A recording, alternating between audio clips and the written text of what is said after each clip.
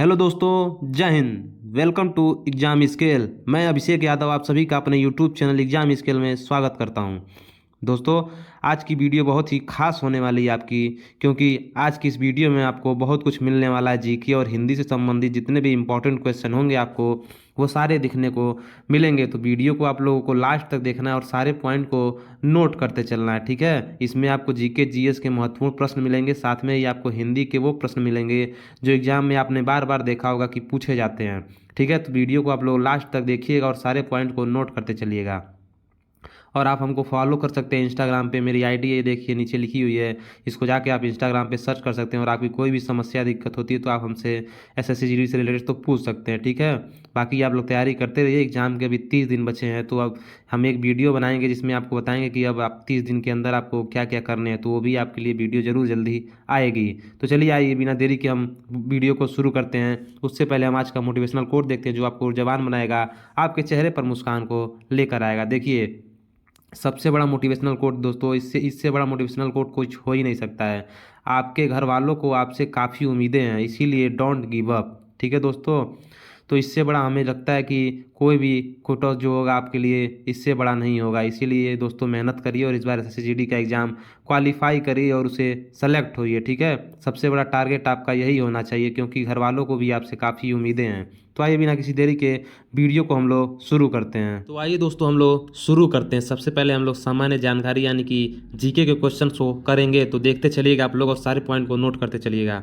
ये जो क्वेश्चन लिए गए हैं दोस्तों, ये घटना चक्र का जो प्रैक्टिस सेट है टो होकर के आता है, उससे ये कोई प्रैक्टिस सेट आपका जो है लिया गया है। तो ठीक है, तो आइए शुरू कर। देखिए पहला क्वेश्चन क्या कह रहा है, 21 नंबर। जैसे कि ये पहला क्वेश्चन देखिए, जब किडनी सही तरीके से काम करना बंद कर देती है तो अपशिष्ट उत्पादों और खून से अतिरिक्त द्रव को निकालने की प्रक्रिया को हम लोग क्या कहते हैं। दोस्तों बता दें आपको, जो किडनी यानी कि गुर्दा जो होता है, अगर वो सही ढंग से काम नहीं करता है तो उसको जो आपके अपशिष्ट उत्पाद होते हैं और खून को बाहर निकालने के लिए आपकी जो प्रक्रिया अपनाई जाती है उसे हम लोग क्या बोलते हैं, डायलिसिस बोलते हैं, ठीक है। ऑप्शन नंबर सी सही हो जाएगा, क्योंकि दोस्तों जो किडनी होती है वही जो खून को साफ करने का काम आपका जो है प्योर जो करती है वो किडनी ही करती है। इसीलिए अगर किडनी आपका सही ढंग से काम नहीं कर रही है तो उसके लिए आप लोगों को जो डायलिसिस प्रक्रिया है वही अपनाई जाती है, जो आपके अपशिष्ट पदार्थ होते हैं या फिर उत्पाद और खून के अतिरिक्त द्रव को निकालने के लिए, ठीक है। तो डायलिसिस इसका राइट आंसर हो जाएगा, इसे याद रखिएगा आप लोग, ठीक है।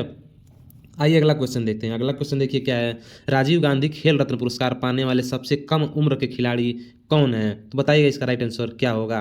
दोस्तों राजीव गांधी जो खेल रत्न पुरस्कार है इसका नाम बदल करके अब जो कर दिया गया वो मेजर ध्यानचंद कर दिया गया है। तो याद रखिएगा, ये भी क्वेश्चन पूछ सकता है कि राजीव गांधी खेल रत्न पुरस्कार जो दिया गया था इसका नाम नया क्या रखा गया है। तो जो मेजर ध्यानचंद थे उनके नाम पर इसको अब रख दिया गया है। और जो इसका राइट आंसर हो जाएगा वो हो जाएगा आपका अभिनव बिंद्रा। दोस्तों जो राजीव गांधी या फिर मेजर ध्यानचंद खेल रत्न पुरस्कार है इसको पाने वाले जो सबसे कम उम्र के निशानेबाज जो हैं अभिनव बिंद्रा हैं, उन्हें यह पुरस्कार जो है 2001 में प्रदान किया गया था, याद रखिएगा आप लोग, ठीक है। आइए अगले क्वेश्चन पे चलते हैं। अगला क्वेश्चन देखिएगा, अगला क्वेश्चन क्या कहता है, लक्षद्वीप द्वीप समूह जो है आपका वो कहाँ पर स्थित है। ये क्वेश्चन हमारा ग्रुप डी के एग्जाम में पूछा गया था, इंपॉर्टेंट क्वेश्चन है, इसे नोट करिएगा आप लोग। तो बता दें दोस्तों, जो लक्षद्वीप है ये आपका कहाँ स्थित है बताइएगा। तो बता दें दोस्तों, लक्षद्वीप जो है आपका द्वीप समूह ये अरब सागर में स्थित है। इसका right answer option number D हो जाएगा।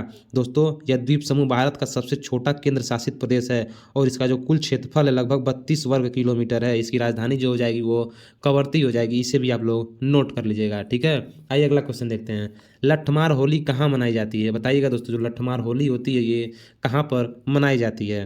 तो बता दें आपको, जो लठमार होली होती है उत्तर प्रदेश के मथुरा के जनपद के बरसाना और नंदगांव में मनाई जाती है। इस होली में मुख्यतः नंदगांव के पुरुष और बरसाने की महिलाएं भाग लेती हैं। तो ऑप्शन नंबर ए इसका सही हो जाएगा, इसे आप लोग याद रखिएगा, ठीक है।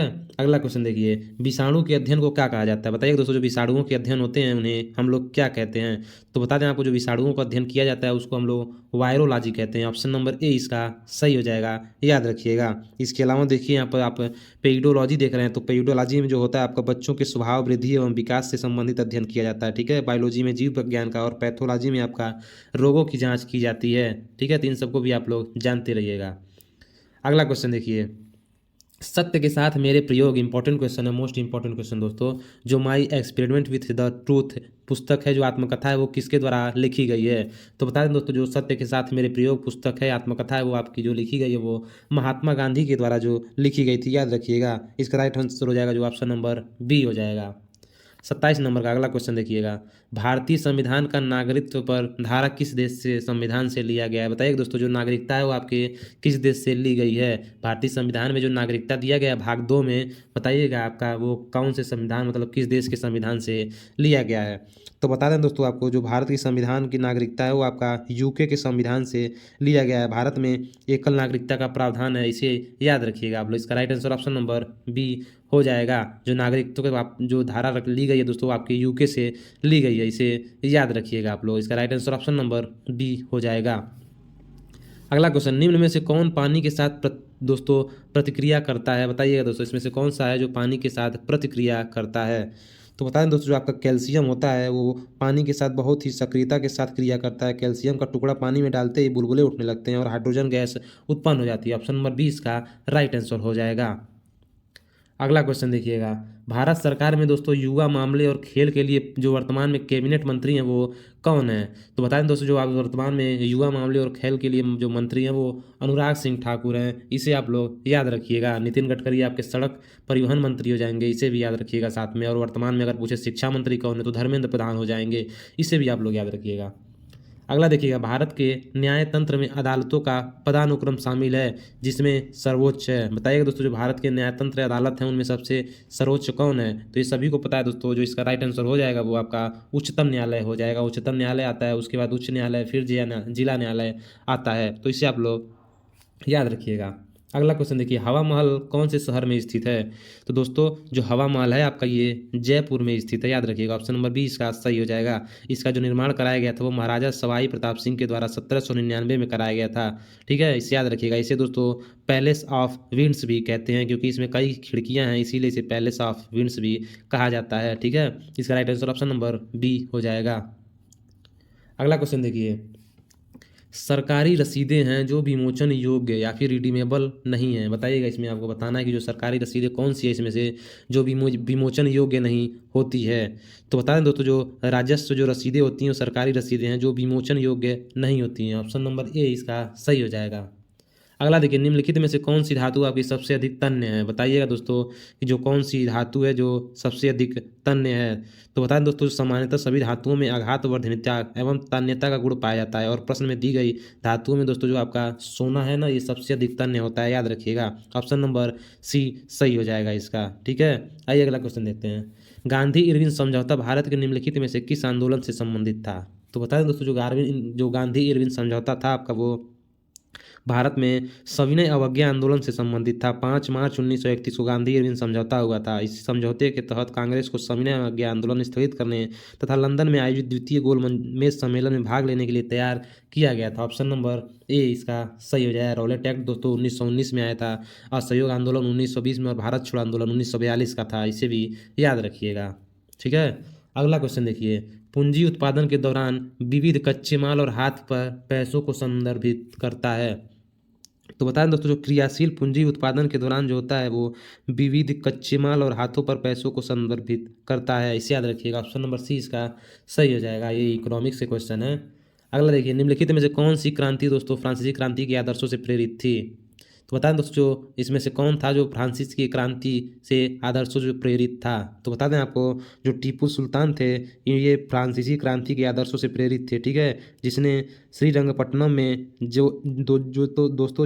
जिस श्रीरंगपट्टनम में जो आपके जैकोबिन क्लब की स्थापना और इसका सदस्य बना, उसने अपनी राजधानी श्रीरंगपट्टनम में फ्रांस और मैसूर की मैत्री का प्रतीक स्वतंत्रता का वृक्ष रोपा था। दोस्तों, इसका right answer option number A हो जाएगा। अगला देखिएगा, पत्ती की निचली सतह पर स्थित छोटे छिद्रों को क्या कहा जाता है? बताइएगा दोस्तों, जो पत्तियां होती हैं उनकी निचली सतह पर स्थित जो छोटे छिद्र होते हैं उन्हें क्या कहा जाता है? तो बता दें दोस्तों, पत्तियों की निचली सतह पर जो छोटे छिद्र होते हैं उन्हें हम लोग जो कहते हैं वो स्टोमेटा या फिर रंध्र कहते हैं। ऑप्शन नंबर सी इसका सही हो जाएगा, इसे आप लोग याद रखिएगा। अगला क्वेश्चन, प्रायः प्रकृति में रेतीली और गुड़ में लवड़ी होती हैं। बताइएगा दोस्तों, इसमें कौन सी मिट्टी है जो प्रकृति में रेतीली और गुड़ में लवड़ी होती है? तो बताए दोस्तों, जो शुष्क मिट्टियाँ होती हैं प्रायः क्या होती हैं, रेतीली और लवड़ी होती हैं। ऑप्शन नंबर आपका जो ए सही हो जाएगा। भारत में सर्वाधिक दोस्तों जो मिट्टी पाई जाती है वो जलोढ़ मिट्टी पाई जाती है। ठीक, काली मिट्टी दोस्तों इसे हम लोग रेगुर मिट्टी भी कहते हैं, ये भी क्वेश्चन पूछता है। और जो काली मिट्टी होती है कपास की खेती के लिए सबसे अधिक उपयुक्त होती है, इसे भी याद रखिएगा। अगला देखिए, भारतीय उपखंड में जन्म लेने वाला कौन सा जो है भक्ति दोस्तों संगीत सूफी भक्ति संगीत का एक रूप है। तो बता दें दोस्तों आपको, जो कव्वाली है वो भारतीय उपखंड में सूफीवाद और सूफी परंपरा के अंतर्गत भक्ति संगीत का एक रूप है। ठीक है, कव्वाली का जो जनक माना जाता है वो अमीर खुसरो को माना जाता है। ऑप्शन नंबर ए इसका सही हो जाएगा। अगला देखिए, जम्मू और कश्मीर के बंजारे हैं, बताइएगा दोस्तों इन चारों ऑप्शनों में से कौन है जो जम्मू कश्मीर के बंजारे हैं। तो बता दें दोस्तों, जो गुज्जर बकरवाल हैं आपके वो जम्मू कश्मीर के बंजारे हैं। इस समुदाय के लोग भेड़ बकरियों के बड़े बड़े झुंड रखते हैं। तो इसे याद रखिएगा, 40 का जो आपका राइट आंसर हो जाएगा वो गुर्जर बकरवाल हो जाएगा। आइए अगला क्वेश्चन देखते हैं। अगला क्वेश्चन देखिएगा क्या दिया हुआ है कि भारत में स्वदेशी आंदोलन के दौरान दोस्तों जो स्वराज ध्वज था इसका डिजाइन किसके द्वारा किया गया था। तो जो इसका राइट आंसर हो जाएगा दोस्तों, जो 23 नंबर का देख रहे हैं क्वेश्चन, भारत में स्वदेशी आंदोलन के दौरान जो स्वराज ध्वज इसका डिजाइन जो की गई थी वो महात्मा गांधी जी के द्वारा की गई थी। ऑप्शन नंबर सी सही हो जाएगा, इसे आप लोग याद रखिएगा। ठीक, अगला क्वेश्चन, भारतीय संविधान निम्नलिखित में से किसे भारतीय संविधान की अंतरात्मा के रूप में भी जाना जाता है। तो बता दें दोस्तों, जो भारतीय संविधान में भाग 3 है इसके अंतर्गत अनुच्छेद जो 12 से 35 में मौलिक अधिकारों का वर्णन किया गया है। मौलिक अधिकारों को भारतीय संविधान की अंतरात्मा के रूप में जाना जाता है। वर्तमान में कुल 6 मौलिक अधिकार हैं, जबकि दोस्तों मूल संविधान में 7 मौलिक अधिकार थे। ठीक है, तो इसका राइट आंसर क्या हो जाएगा, ऑप्शन नंबर बी हो जाएगा, याद रखिएगा इसे आप लोग। ठीक है, आइए अगले क्वेश्चन पे चलते हैं। अगला क्वेश्चन देखिएगा, अगला क्वेश्चन क्या कहता है, कह रहा है कि भारतीय संविधान के बता दिए इसको, आपका जो राइट आंसर हो गया ऑप्शन नंबर बी मौलिक अधिकार जो 12 से 35 तक लिया गया है और ये आपका अमेरिका के संविधान से लिया गया। ठीक है, अगला देखिएगा क्या कह रहा है, निम्नलिखित में से किस राज्य में जनसंख्या घनत्व जो है सबसे अधिक है, बताइएगा इसका राइट आंसर क्या हो जाएगा। तो बता दें दोस्तों आपको, जो सबसे अधिक जनसंख्या घनत्व वाला राज्य है आपका वो बिहार हो जाएगा, याद रखिएगा।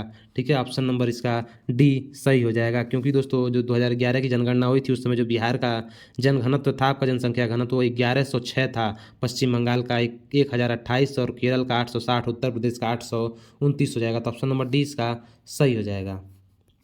अगला क्वेश्चन, निम्नलिखित में से कौन जो है दोस्तों विश्व विरासत स्थल में सम्मिलित नहीं है, बताइएगा। इन चारों ऑप्शनों में से कौन ऐसा है जो विश्व विरासत स्थल नहीं है। तो बता दें दोस्तों आपको, जो आदमगढ़ शैलश्रेया है वो विश्व विरासत स्थल में शामिल नहीं है, याद रखिएगा। ऑप्शन नंबर आपका डी सही हो जाएगा। ठीक है, वर्तमान में दोस्तों कुल 40 विश्व विरासत स्थल हैं, जिसमें 32 सांस्कृतिक स्थल और 7 प्राकृतिक स्थल हैं और एक मिश्रित स्थल है। जो कंचनजंगा आपका है वो एक मिश्रित आपका स्थल हो जाएगा। अगला देखिए, पश्चिमी घाट की सबसे ऊंची चोटी कौन सी हो जाएगी। तो बता दें आपको दोस्तों, पश्चिमी घाट की सबसे ऊंची चोटी जो आपकी हो जाएगी वो हो जाएगी अन्नाईमुड़ी। ऑप्शन नंबर ए इसका सही हो जाएगा, याद रखिएगा। अगला देखिए, निम्नलिखित में से कौन सी जो योजना है वित्तीय समावेशन के लिए केंद्र सरकार के कदमों में से एक नहीं है। तो बताएं दोस्तों, जो स्वच्छ ईंधन बेहतर जीवन किनारे के साथ केंद्र सरकार ने 1 मई 2016 को एक सामाजिक कल्याण योजना प्रधानमंत्री उज्ज्वला योजना की शुरुआत की थी। इस योजना के अंतर्गत बीपीएल श्रेणी की महिलाओं को मुफ्त एलपीजी गैस कनेक्शन उपलब्ध कराया गया। ठीक है, ये दोस्तों जो आपका इसका राइट आंसर हो जाएगा ऑप्शन नंबर डी, ये आपका दोस्तों वित्तीय समावेशन से संबंधित नहीं है, याद रखिएगा।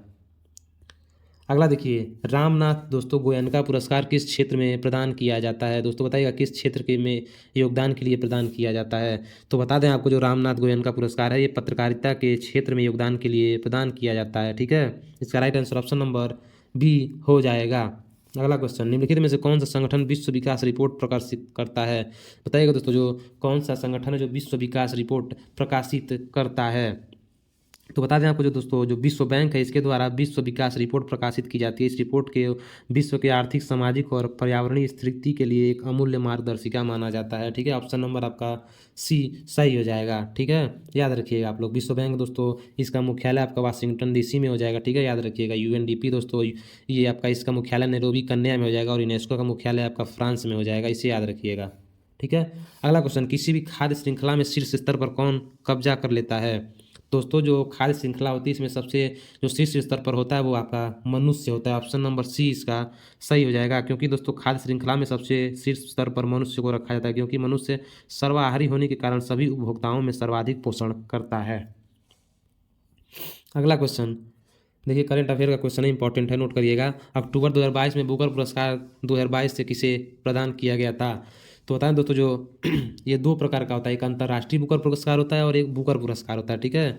तो जो बुकर पुरस्कार दिया गया है आपको वो सिहान करुणातलिका को दिया गया है। ऑप्शन नंबर डी इसका सही हो जाएगा।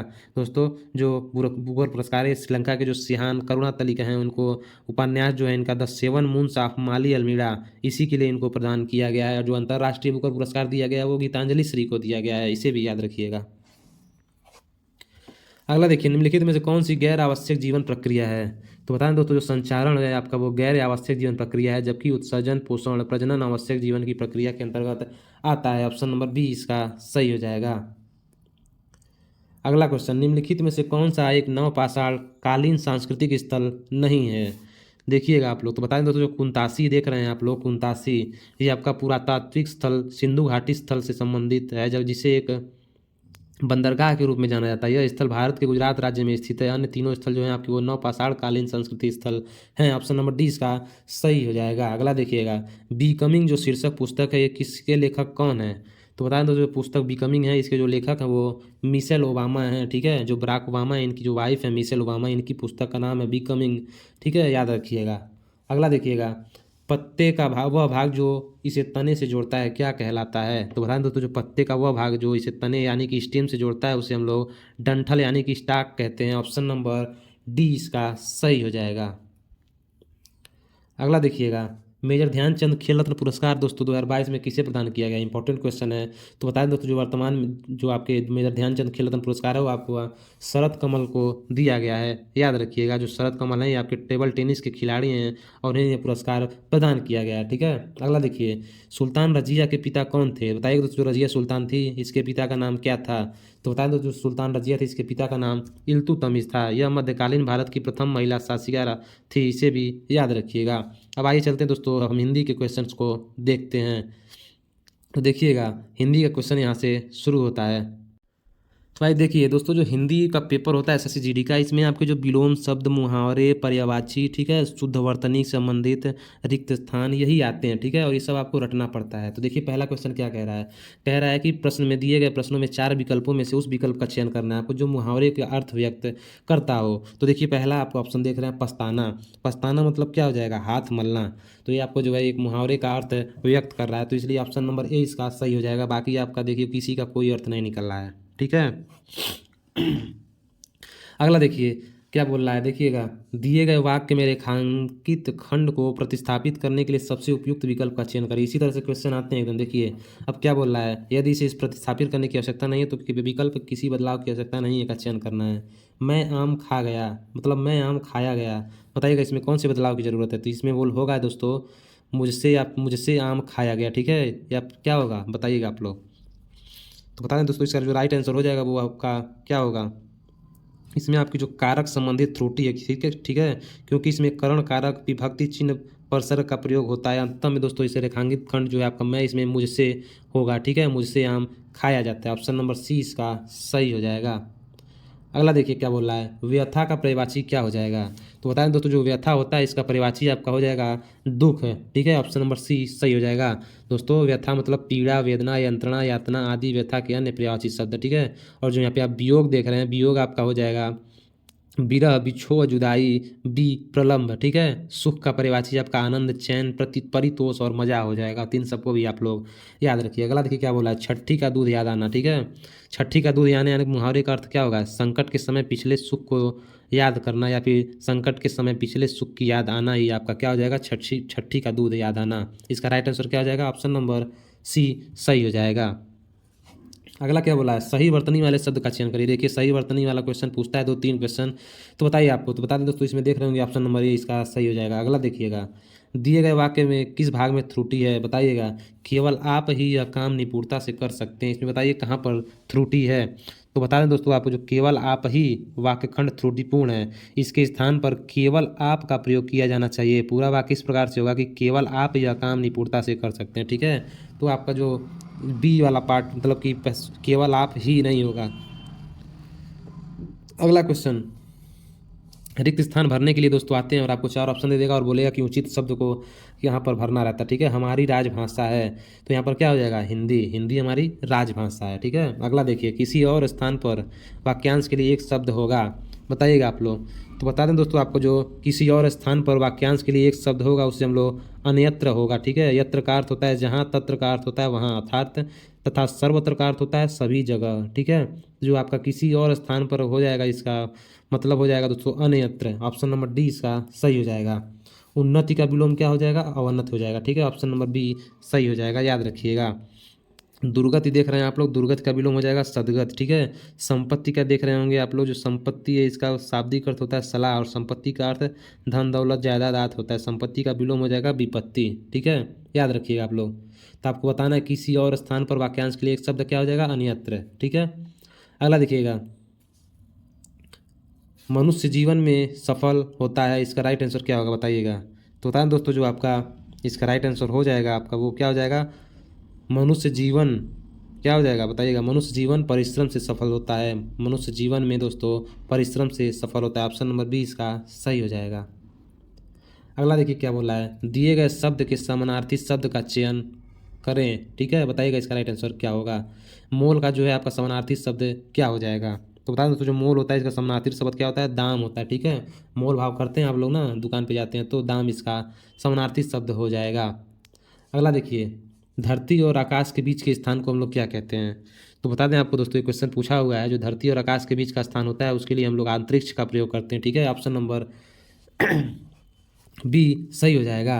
अगला देखिए क्या बोला है, दिए गए वाक्य में रेखांकित खंड को प्रतिस्थापित करने के लिए सबसे उपयुक्त विकल्प का चयन करना है। देखिए क्या बोल रहा है, अधिक जनसंख्या अनेक समस्याओं को जन्म देता है, ठीक है। बताइएगा इसमें क्या आपको प्रतिस्थापित करना पड़ेगा। तो बता दो, जो रेखांकित वाक्यखंड आप देख रहे हैं इसमें लिखा है कि अनेक समस्याओं को जन्म देता है, को उनके दोस्तों हो जाएगा इसमें अनेक समस्याओं को जन्म देती है, ना कि देता है, ठीक है। इसका जो राइट आंसर हो जाएगा अनेक समस्याओं को जन्म देती है। इसका right answer option number B हो जाएगा, ठीक है। अगला देखिए बोला, तिमिर का विलोम शब्द क्या होता है? तो बताएं दोस्तों, जो तिमिर होता है इसका विलोम शब्द प्रकाश होता है। ऑप्शन नंबर ए सही हो जाएगा, इसे आप लोग याद रखिएगा। आकाश का विलोम शब्द हो जाएगा पाताल, और रात्रि का विलोम शब्द हो जाएगा दिवस, याद रखिएगा। अगला देखिए क्वेश्चन क्या कहता है। अगला क्वेश्चन कह रहा है, कौन सा विलोम युग में जो है आपका वो सुमेलित है? बताइएगा इसका राइट आंसर क्या हो जाएगा। तो बताइएगा इसका राइट आंसर क्या होगा दोस्तों। जो पहला क्वेश्चन क्या कह रहा है, कौन सा विलोम दोस्तों जो युग में है सुमेलित नहीं है? देखिए, अंगीकार का स्वीकार, उधम का उत्तम, अकाम का सकाम, औन्नत का उन्नत, इसमें से कौन सा जो है सुमेलित नहीं है? तो बता दें आपको दोस्तों, जो विकल्प एक देख रहे हैं आप लोग, जो विलोम युग लिखा है अंगीकार का स्वीकार, ये सुमेलित नहीं है, क्योंकि अंगीकार एवं स्वीकार परस्पर समानार्थी शब्द है, ठीक है। शेष विकल्प आपके जो है वो सही दिए गए हैं, ठीक। ऑप्शन नंबर ए इसका हो जाएगा। अगला क्वेश्चन क्या कहता है, सही वर्तनी वाले शब्द का चयन करें। बताइएगा दोस्तों, इसमें से कौन सा सही वर्तनी वाला है? तो देख रहे होंगे आप लोग, जो ऑप्शन ए दिख रहा है आपको, ऑप्शन सी, ये आपका सही वर्तनी वाला हो जाएगा। तो इसका राइट आंसर हो जाएगा ऑप्शन नंबर सी। सही जवाब क्या हो जाएगा? Option number C. अगला क्वेश्चन देखिएगा, दिए गए में दोस्तों वही प्रतिस्थापित वाला है, यहाँ पर होती है लिखा है ना, यहाँ पर देखिए जो नीचे आपका रेखाखंड बनाया गया है। तो बताना है इसको विकल्प में क्या बदलाव कर सकते हैं। देखिए क्या बोला, अच्छे लड़के परिश्रमी होती हैं। दोस्तों अच्छे लड़के परिश्रमी जो होते हैं, ना कि होती है। तो आपको ऑप्शन नंबर जो है क्या हो जाएगा? सी हो जाएगा, याद रखिएगा। अगला देखिए, दिए गए वाक्य में किस भाग में त्रुटि है? देखिएगा दोस्तों, क्या वाक्य है, कवि ने प्रकृति की सुंदर शोभा का वर्णन किया है। तो बताइएगा इसमें किस भाग में त्रुटि है।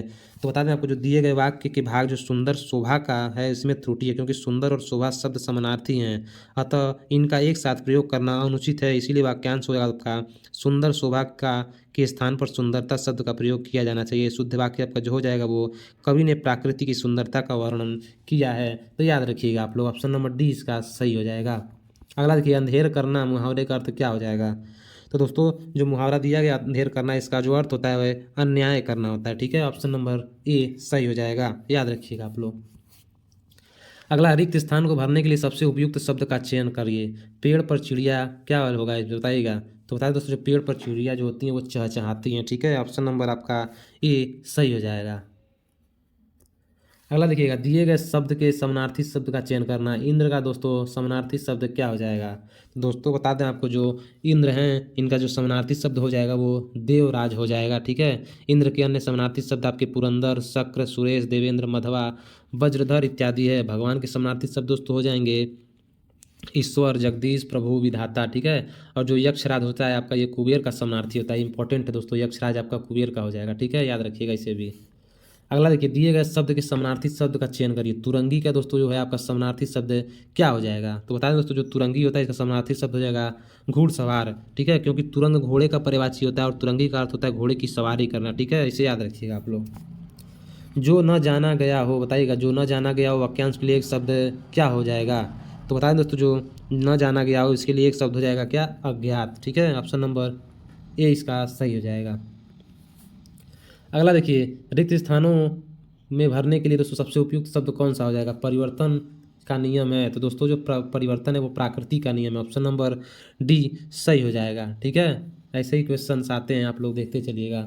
दोपहर के बाद का समय वाक्यांश के लिए एक शब्द क्या होगा? तो बताइएगा। बताएं दोस्तों, जो दोपहर के बाद का समय होता है उसे हम लोग अपराह्न कहते हैं। ऑप्शन नंबर आपका जो ए होगा ये सही हो जाएगा। ठीक है, सुबह से दोपहर तक के समय को पूर्वाह्न कहलाता है और सूर्यास्त से ठीक पहले का समय जो होता है जब पशु अपने घरों की ओर लौटते हैं, गोधूलि बेला कहलाती है, तथा दोपहर का समय मध्याह्न कहलाता है। ठीक है, ऑप्शन नंबर ए इसका सही हो जाएगा।